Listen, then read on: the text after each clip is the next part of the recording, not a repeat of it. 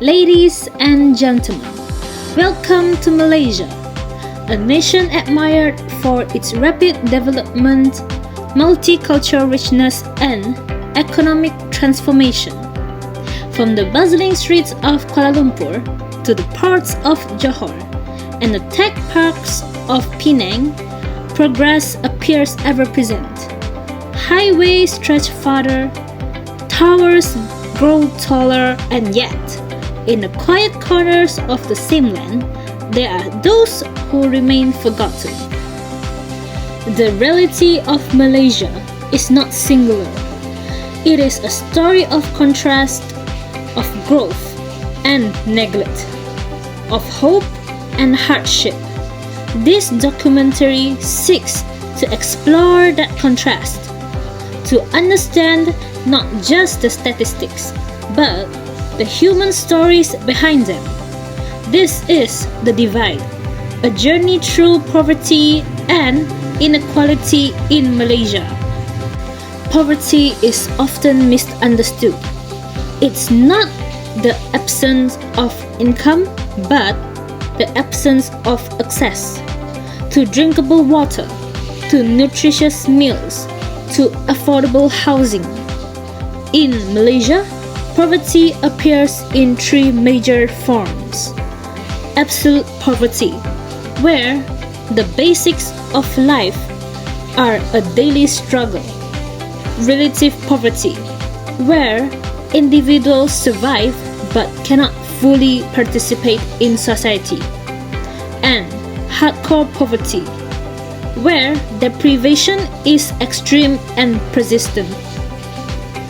But beyond categories, poverty is felt by children studying under dim lights, by single mothers walking miles for healthcare, by elderly citizens living without pensions, and for many these hardships is invincible, tucked behind the facade of nation progress.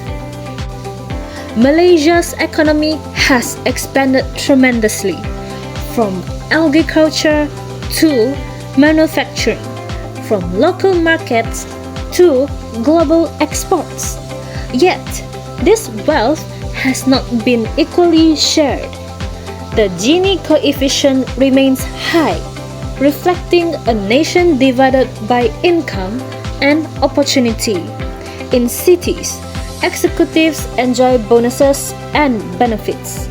In rural areas, farmers and fishermen often live day to day. This isn't about numbers. It's about unequal access to education, to technology, to basic dignity. Inequality affects social cohesion, mental health, political stability, and economic sustainability. And the longer the gap persists, the harder it becomes to bridge.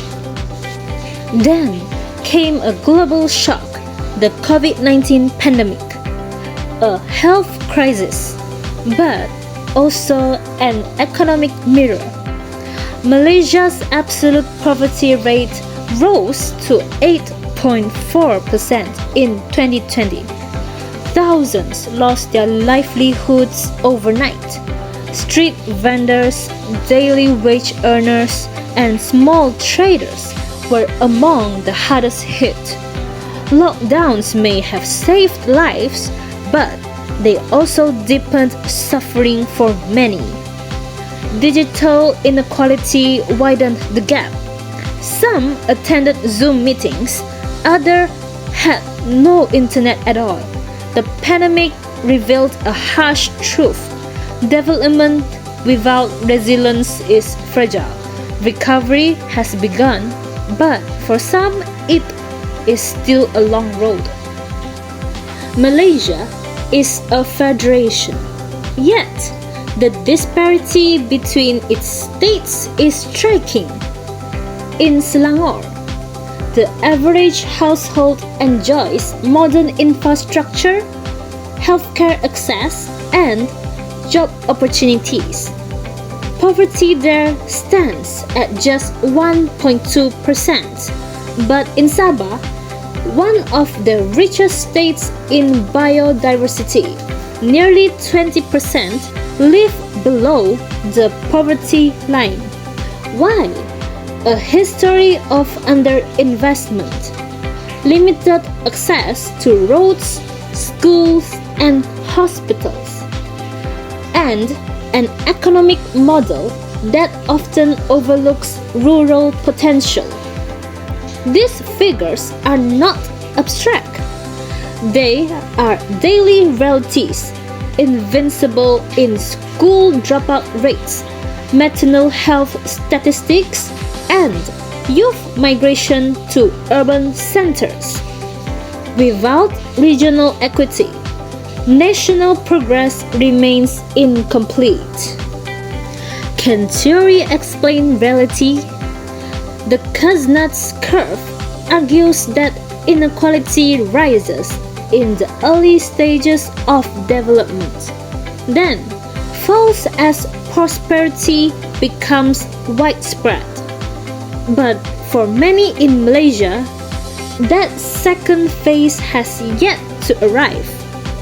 Policies like the new economic policy, Shared Prosperity Vision 2030, and TVET education reforms aim to address the imbalance.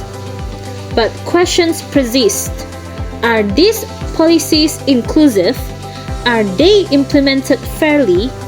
Policy without follow-through is promise without progress, and progress without equity is injustice in disguise. In Malaysia, where Islam is the religion of federation, faith offers not just comfort but a framework for action. The principle of zakat is a mandated form of giving that ensures a portion of wealth is redistributed to the less fortunate. It is systematic, regulated, and rooted in compassion. Islamic financial institutions also champion ethical banking, risk sharing, and social responsibility. They offer alternatives to conventional models with values that prioritize people over profit. For many marginalized communities, this faith-based support is not a luxury, it is a lifeline. The way forward begins with a question: what kind of Malaysia do we want to build? One that rewards only the top 10%, or one that lifts everyone together? To bridge the divide, Malaysia must embrace inclusive development. For example, invest in rural education and teacher training, expand digital access to all communities, strengthen social safety nets for the most vulnerable. We must believe that every Malaysian, regardless to race, region, or background, should deserves dignity and opportunity. This is not a story of hopelessness. It is a call to action. Across the nation, NGOs, teachers, entrepreneurs, and young changemakers are writing a new story. One where food banks are community-led, where rural youth learn to code, where zakat funds rebuild homes. Poverty is not permanent, inequality is not fake. With empathy, courage, and policy-rooted injustice, Malaysia can rise, not just as an economic power, but as a nation of fairness, unity, and shared prosperity. Because in a truly developed nation, no one gets to left behind. Thank you for watching.